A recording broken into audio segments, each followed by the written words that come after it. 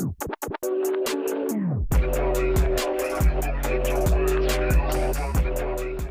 we already did a video on how to rebuild a front Ford Raptor Gen 1 shock. I'm going to do a video now on the proper way to do a rear.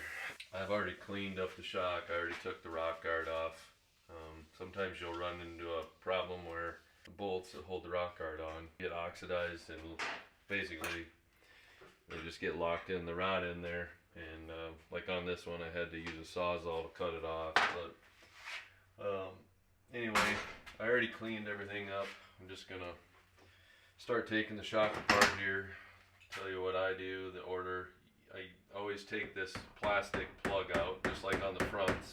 Take that out, throw that away, break the hyper screw loose here, where this is the one that they just have the needle hole in them where you can fill them with nitrogen if you've got the tools to do it. I usually just back this out until I can hear the nitrogen coming out. While the nitrogen is coming out of here, I don't ever take this out all the way, just because sometimes if this shock is equalized and there's pressure over here, if you take that out, sometimes it'll just start foaming out of the reservoir here. So basically what I'm trying to do now is see if I can break these bleed screws loose. Got that one to go, but you don't want to get after them too much. I saw a guy trying to rebuild a shock one time, and he got one loose and not the other one, and he said that was okay, you only need one, and you need them both, because one of them bleeds the inside pressure tube and the other one bleeds the outside. But you don't want to get after them too much because you can strip them out. So I got one, not the other one, but I'll show you how to get the other one when we get it apart. But this is a good way, breaking them loose. It's a good way to see if there's pressure in both sides or not. I just kind of messing around with this, just kind of wiggling it back and forth to make sure all the nitrogen is out of here. Because when I broke this one loose, this bleed screw up here, there's a little bit of oil coming out, but there's still pressure in the shock, so that's why. It should be good to go here. But this is a perfect example of what you don't want to happen. Oil coming out of the reservoir here, and that can be a huge mess. So I'm actually going to put the plug back in. Before that rubber pellet was still stuck in there. Your floating piston is in here, and oil has bypassed that. Nitrogen's going to get in the main body here where the oil is, and oil is now in the, see what's going on here. You can see that there's bubbles coming out of the bleed screw. That means there's nitrogen has gotten into here, and when I took this out, there's oil in there. So it's pretty much telling me that this reservoir is bad. And if you don't know what you're doing, taking these apart, you could have a big mess on your hands. Besides the fact that if you don't have this to replace it, you can't rebuild this shock. You can, but it's not gonna be any good. It's just gonna do the same thing over again. I'm just letting this shock kind of basically get the pressure out of it. And I've also got we've got needles here where we can put them in there, push it through the rubber without taking the hyper screw out. You'll see here, you can see how much nitrogen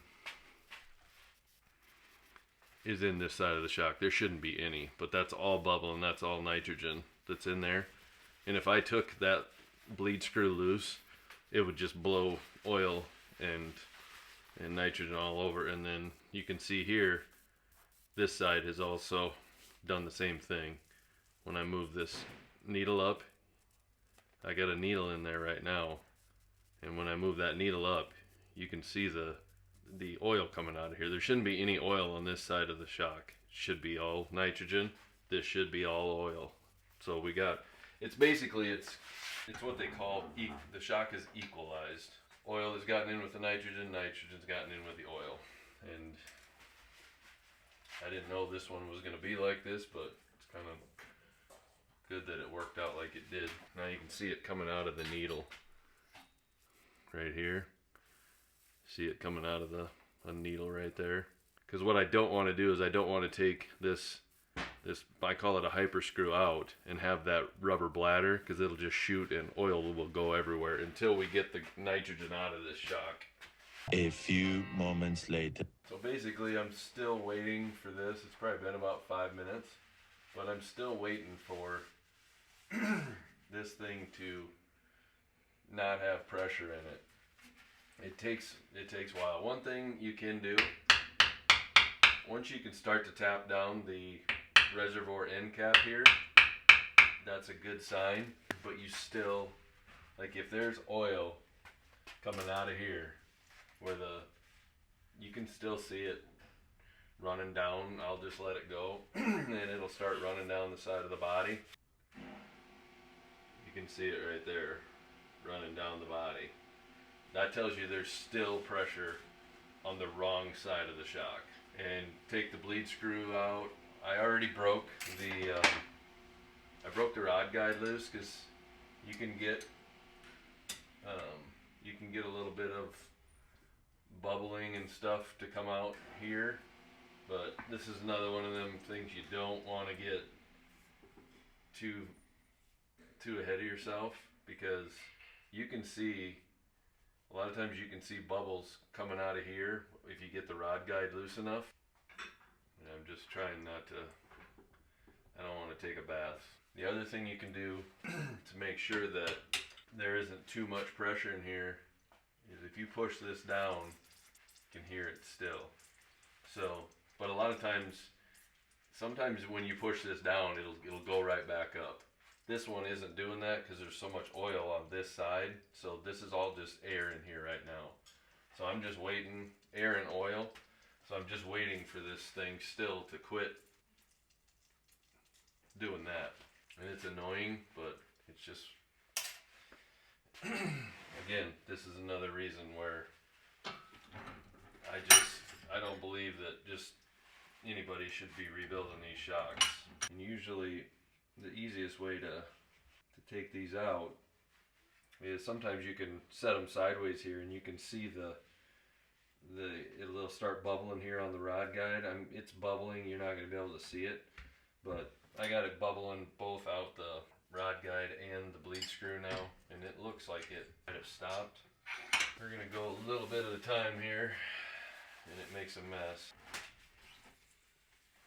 There, you can still hear we've got the pressure out of it. If you're taking this rod guide loose and it gets tight at any time, that means there's still pressure there. What I'm doing here is I'm just taking I have the bleed screw out now, so we're good to go. Basically I just got that loose. I'm just pulling the shaft assembly out of there, slide that in there. The next thing I do is I have a big 90-degree pick out in the other shop, but I'm just going to use this one. But there's a hole inside the pressure tube here, and I just stick it in the side of that hole, push it up against the outer body there, and kind of wiggle it and pull on the pick at the same time. I just put that in the garbage. We have a ton of paper towels in there and stuff, so it just lets it drain while you're doing other things. Before I do anything else, before I take the reservoir end cap out or anything, I just dump what's in here, the oil out. And I think what we're going to probably find here when we take this out is the floating piston is going to be up close to the top of the reservoir there, and it shouldn't be. It should be down towards the bottom. Just got a pair of snap ring pliers here. Take the retaining ring out of there, or the snap ring, whatever you want to call it. And now I'll take the hyper screw out, and then I take the pellet out of there as well, the rubber pellet. And I've just got basically what I do is we tap the reservoir, the fill cap there down. And then just in case this reservoir is good, we don't want to damage it on the way out. So we take just a sanding disc here and clean it out. It also just helps, because they get corroded so bad, it also just helps to get it out. I've got a bolt here that I just screw in the end. It just helps. It's just one of the tools that I've found that helps us take these out easier. And the floating piston is all the way up to the top. When I pulled up on the end cap, it's gonna pull it up a little ways, but it's not gonna pull it up 6 inches. It's all the way to the top. I'll dump this oil out and show you exactly where it's at.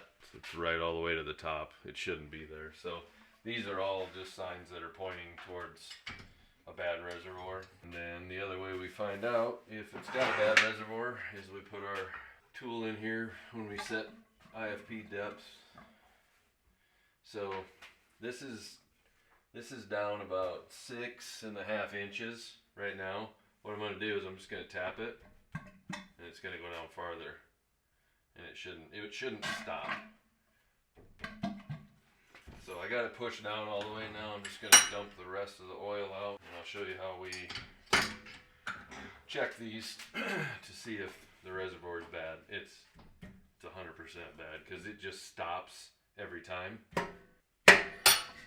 So basically what happens is there's a wear spot in the reservoir, and you can hone that out if you want to, but it doesn't do any good, because all you're doing when you hone it is you're making the low spot, you're spreading it out farther, but unless you're putting a bigger O-ring in there, it's not going to work. And I want them to last as long as possible. So just like taking off the front bodies, we'll end up taking this off. Sometimes they're pretty tough, but what I'm doing now, we're going to take the reservoir off. Sometimes these don't come loose very easy, but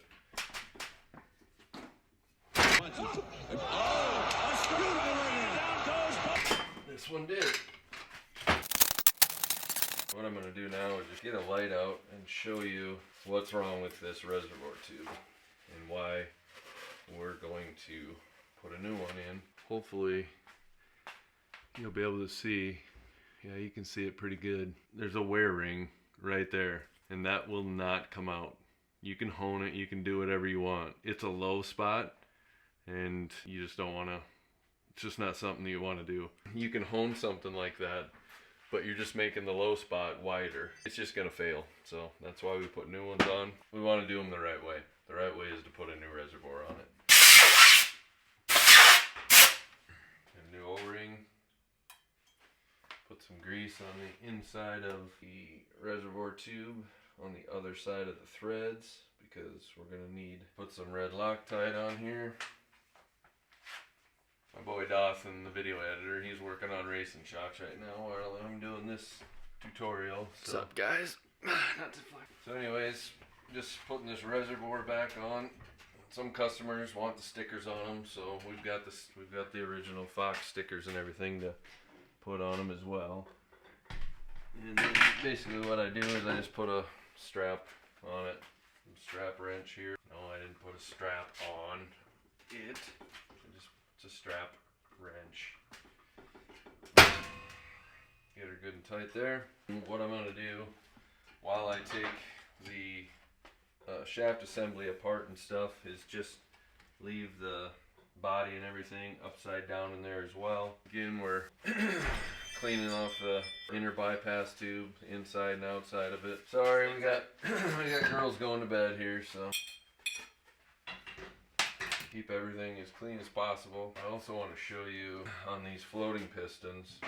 On the front one that we did, it wasn't bad, but where the O-ring sits, a lot of times that can lead to the failure of the shock as well, and why nitrogen got in with the oil. In this case, it was the pressure tube, or the reservoir, and it also looks like it could be from floating piston as well. It doesn't have scratches in it. You can just see where the O-ring was sitting, but we will take and clean all that up, and then it'll look like new.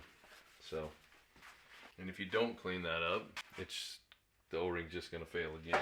And just like on the fronts that we did, all of our Gen 1 rear shocks also get a new shaft. And again, I don't know if you'll be able to see it on the video, but it's just, they're just bad. I mean, these things probably have 100 to 200,000 miles on them. Not very many of them don't anymore. So even though there's might not be any scratches in the shaft, there's still, when you're going through that bushing, it's still gonna wear. So there could only be 3 or 4 thousandths of chrome left on that shaft. And then just like the other part of the video that I watched, we take apart the piston stack with all the shims, take them off, clean them, make sure that the stack is right, and then we put it all back together. I'm just going to get this off here and show you how I take the rod end off of these shafts to put a new one on. And then just like on the fronts, we'll put a new shaft bushing in here in the rod guide, and I've done this thousands of times. So the big thing you don't want to do when you're taking these seals out, I got a 90-degree pick here, very handy, but what you want to do is you want to stick it in the seal and roll it out. You don't want to push it in and gouge the aluminum, because I don't care what kind of a seal you put in it then, it's not going to seal. What I'm doing here is I heat up the shaft. I don't heat up the rod end. The heat still gets in there, but I heat up the shaft because I don't want to melt the rubber in the rod end.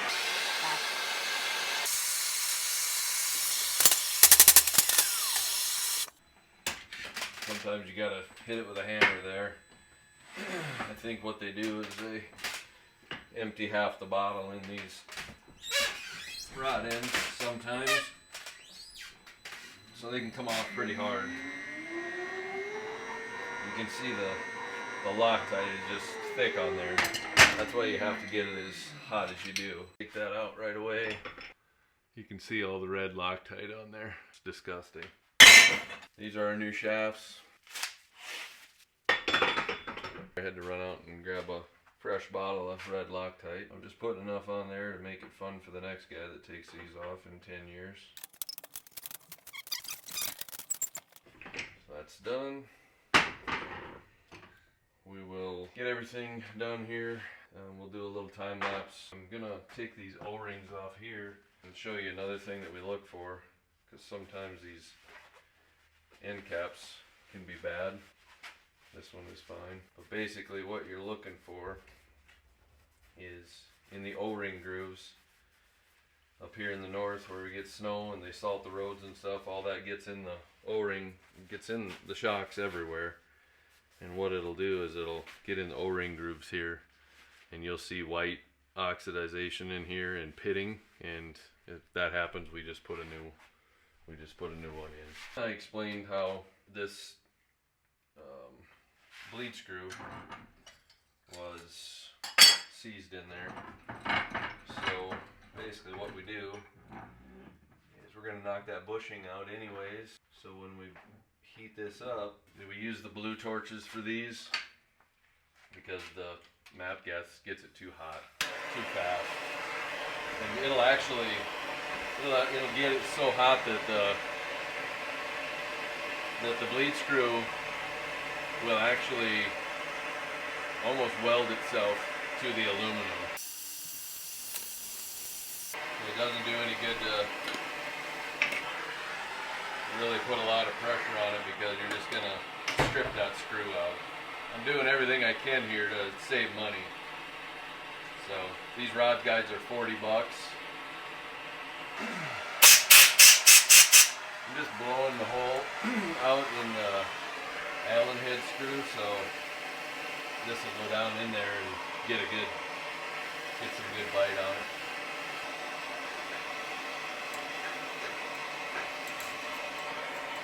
There she goes. So we got that bleed screw loose. good. And now that I got it hot enough to get the bleed screw out, I can also knock that bushing out.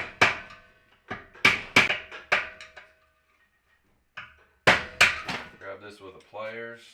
I don't want to cool it off yet because the bushing goes in there a lot easier when it's still hot. And then we just use the vise to press that back in straight. And again, you want to make sure it goes in straight, because if it doesn't, it won't go back on here. And the reason I'm holding it with the pliers is because it's probably 500 degrees. But anyway, it goes on there just fine, so I'm just going to go cool it off in the water. Everything is done except for drilling and tapping the end cap here. We're going to clean everything up, clean our floating piston, get everything ready to put back together, and we'll catch up.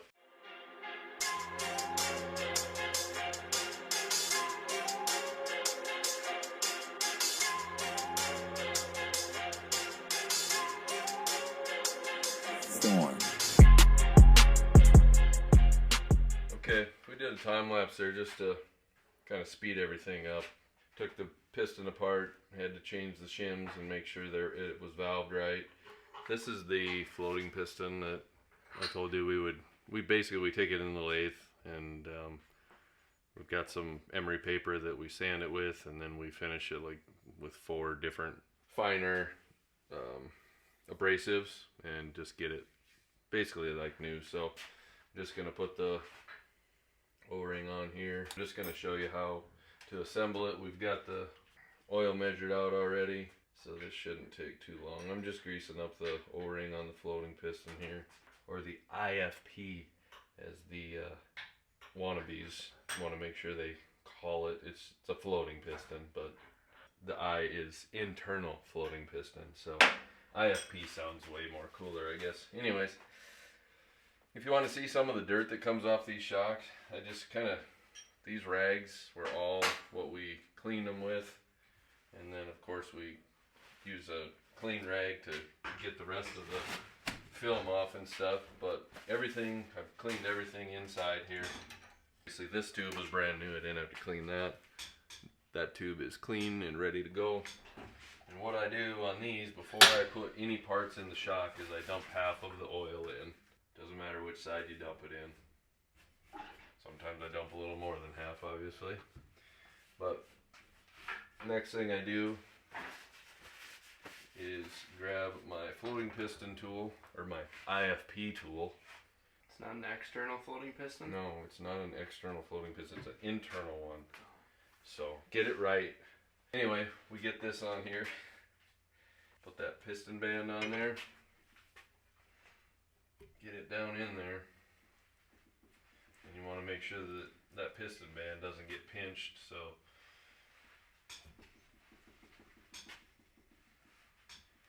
now that's in there. And basically what I do is I push the floating piston all the way down and pull it about halfway back up several times. You'll hear the air coming out of this side. Kind of sounds like farting in the bathtub.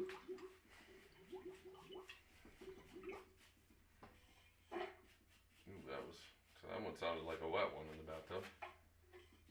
But that's basically what I'm doing, because you've got your bypass in here on the body from the one side to the other. So you got to get all that air out of there.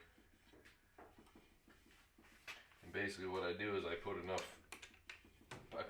oil in there so I can pull the floating piston halfway back up and not have it pull oil or air back into this side. So there's still oil over here. I got the floating piston up to here. That's where I'm going to leave it until, because we set it with an oil volume, not a piston depth. So both ways are right. I like doing it with an oil volume. Next thing I do, grab the inner bypass tube and put it down in there, and you'll hear it. You'll hear it snap into place here. You didn't hear it, but I felt it. So basically there's an O-ring down in there that it seals in, and we put it in there. And the next thing I do is I put some grease down in right ahead of the floating piston in here, just so it's got some lubricant in there, and then I put the rest of the oil in.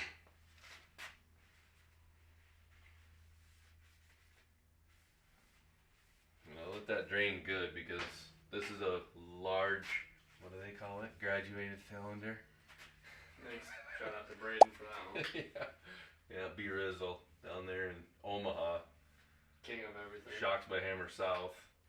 Anyways, once it just starts dripping, I end the misery. Now, this is our shaft assembly.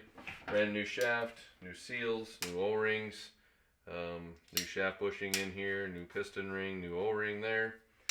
And when I put this in here, you want to make sure that your piston band doesn't, you want to make sure it gets inside that inner bypass tube without, because there's an open end on that, and if you don't get it in there right, you're gonna have some really soft shocks because there's no piston band in it. But I just push that down in there, get it in the oil, get it started. I've already drilled and tapped my reservoir end cap. I've cleaned up the lock ring and everything. So now we're just gonna cinch this back up. At this point, the bleed screws are closed. Tighten it. And what I do next, I already greased this, but I also grease the inside of the reservoir here. Just, you don't want to nick any of the O-rings, because this is what keeps your nitrogen in there. And when we do these, we actually drill them and tap them with 1/8 inch NPT, and we've got a special sealant that we put in there. It's actually used in like HVAC and stuff, so it's good to like 2000 PSI, I believe. So just push that down in there, get our snap ring. There's a sharp side and a dull and a rounded side to each one. If you don't know which side goes up, you shouldn't be doing this. Get that to snap into place. At this point, wipe the grease off of here. About a minute away from putting some nitrogen to this thing and bleeding it and being done with it. Have a shuttle gauge here, our no loss gauge. Yeah, the kid says I'm being petty, but for all the shock experts out there that think these are the you gotta have these are no loss gauges. We have these too, but these shell gauges are better. Oh, he doesn't even have a no loss pressure gauge. No, I have 3 of them there. After you do shocks for going on your 16th year, you figure out what works and what doesn't. You'll get there someday. Keep plugging away. So anyways, we got our regulator set. And I always push this down just like I did the front one. If you watch that video, if you didn't watch that video first and you watch this one, I always push this down as far as I can, just to get the air, or just to get the oil to flow through the piston assembly and get the air out of there. So I'm gonna gas it up here. You'll see it shoot up. And right now there's 300 PSI in here. What I'm going to do is just bleed this now, and that's why we broke those bleed screws loose, so we can bleed and the reason, I will show you why it makes a difference to, like I said, there's a video out there where the guy says, oh, it's okay if only one of them breaks loose. No, it's not okay. This is the rod guide. These are the 2 bleed holes. One of them comes out on the outside to bleed the air out of the outside. The other one is on the inside. So that's why you have to break them both loose. Call me petty.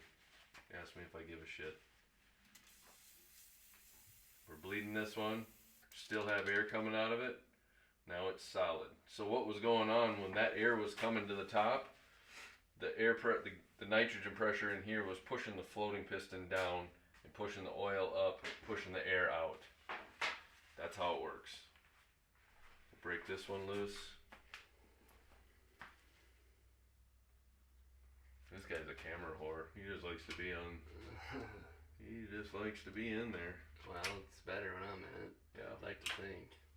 So anyway, I'm getting this bled before we were rudely interrupted there. Anyways, so it's solid oil now. I'm gonna check this side one more time because this one had the most. Nothing. Solid oil. So the shock is bled. Make sure you get the bleed screws tight. You don't have to kill them. It's a small wrench, but anyway, that's it. The only other thing we have to do is drop it down to 250 psi. And last but not least, clean this off. Check for leaks. Again. Who's doing this video, you or me? Me. Shut up. So anyways, again, we get the popcorn gallery or the peanut gallery back there. We gotta put this on there. You know what this is? This is a 250 psi sticker because that's what goes in these. And yes, what we will do is take this off, take it over to the water, and check it, make sure there's no leaks here, and the only thing we have to do is put the rock guard back on and you're done. But like I said, I'm not doing these videos to discourage people from doing them. I just want to make sure people know what the right way is. And if you get a shock apart like this, how are you gonna, if your shafts are bad and you don't have shafts and your reservoir and the rear shocks is bad, are you just gonna put it back together even though it's bad and just be like, well, should be fine?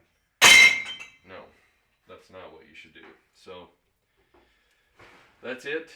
I think I covered everything.